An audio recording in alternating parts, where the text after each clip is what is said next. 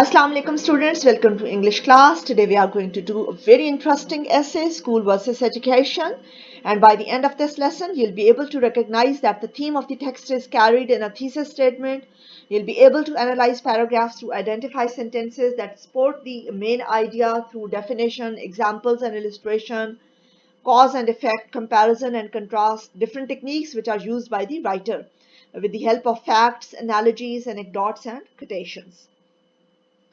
To start with, here is the text taken from your book, and here is the analysis, or you can say short summary of this essay, of especially given on this page. Okay, in this essay, School versus Education, which is written by Russell Baker. Okay, Russell Baker is the writer who has written this essay. It seems that he believes that our system of education, it needs much improvement in the way it goes about the teaching students. uh, the writer is of the point of view that our educational system, it needs a lot of improvement, the way it teaches students. Okay, before children even enter school, they begin to learn, and Baker illustrates that most of what a child learns before school is not beneficial. Whatever he learns before entering school is not beneficial. Okay, now he says that much of what is learned, it comes from what is seen on television. So television and the home environment plays a very important role. Okay, so he says that knowledge which is taken from television or the home background, it is not very beneficial. From this, Baker says the child will learn such things as how to pick a lock. He is very ironical over here. These are the negative things which the child is learning. He will learn how to pick a lock, commit a fairly elaborate bank holdup, prevent wetness all day long, get the laundry twice as white, and kill people with a variety of sophisticated armaments. He is referring to different ads which he is observing, he is watching, and he is listening to at television. And Baker believes that up to this point, the acquired knowledge of the child is ill suited for someone at the age of 6, and in most cases, normally wrong for anyone of any age. So he condemns this knowledge which is being provided, or where parents, they don't pay heed to what their children are looking at, what they are listening to, and what they are observing. What makes this so bad is that the child is too young to realize that what he or she has seen and learned is wrong, and the child will only know what he or she was taught, and if raised well, will be more interested in learning. Sometimes parents might not even realize the negative effect their actions have on the child. In such cases, the parents might themselves have corrupt morals. When parents, they don't realize what they are teaching their children, it means their own moral values are not very strong.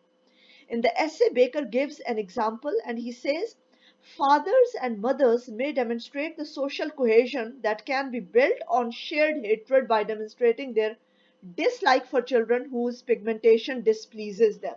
So this is how parents, they transfer hatred in their children while they are talking about social cohesion, but actually they are transferring uh, hatred into their children by telling that they don't like the pigmentation on certain in certain children, or on the face of certain children, or on their body.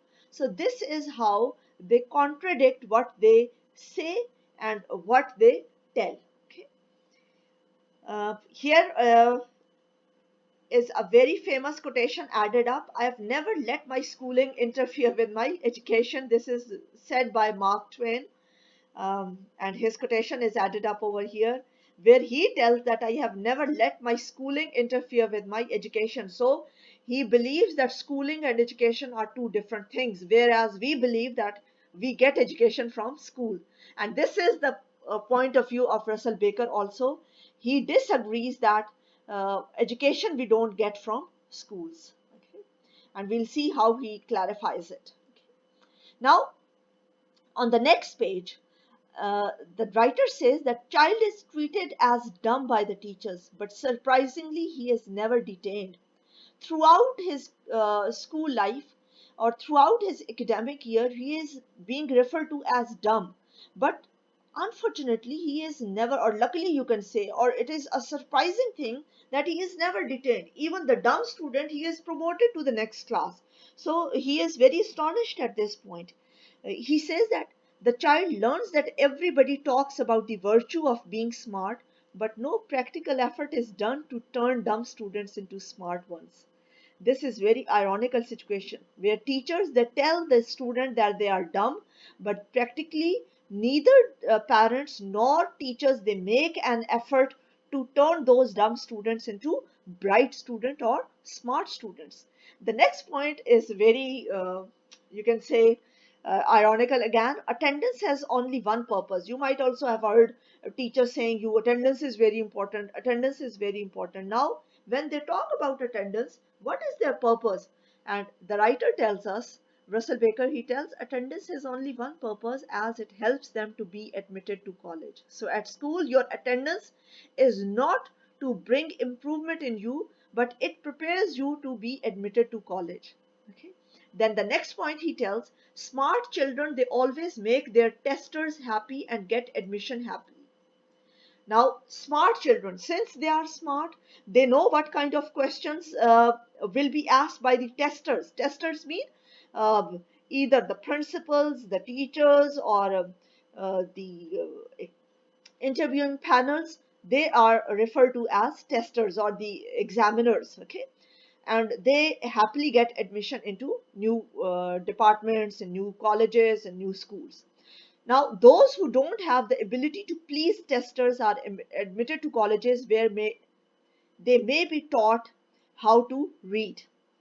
Uh, Now, the students who cannot please their testers, unfortunately, uh, they cannot get admission into good colleges. And whatever is left over, or they go to colleges which are less famous, which are least liked by the people. And there, from the beginning, they are taught how to read. This is one of the points, okay?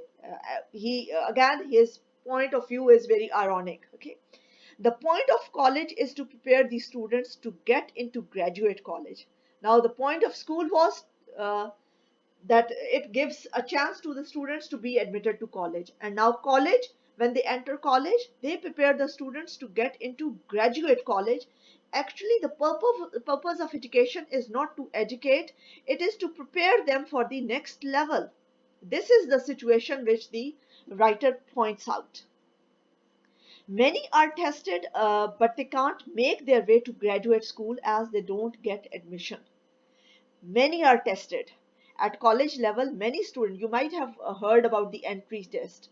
Many students, they appear for the entry test, but rarely they get admitted. Only few lucky students, they are admitted to uh, that institution, though the number would be in thousands while going for entry test, but when it comes to admission, only few are admitted to graduate colleges, or you can say professional colleges. Here they might deprive of their dream profession. You know, when you go for graduation, it means you are entering your professional education. So many students, they are deprived of their dream profession because they don't get admission, and they learn that the race is to the shrewd and unprincipled. Now this is very important point of see, alas to the unprincipled. The students learns that the race is to the cunning and often also to the unprincipled. They believe that they are more deserving, but here it is the chance, it is the you can say game of luck and chance.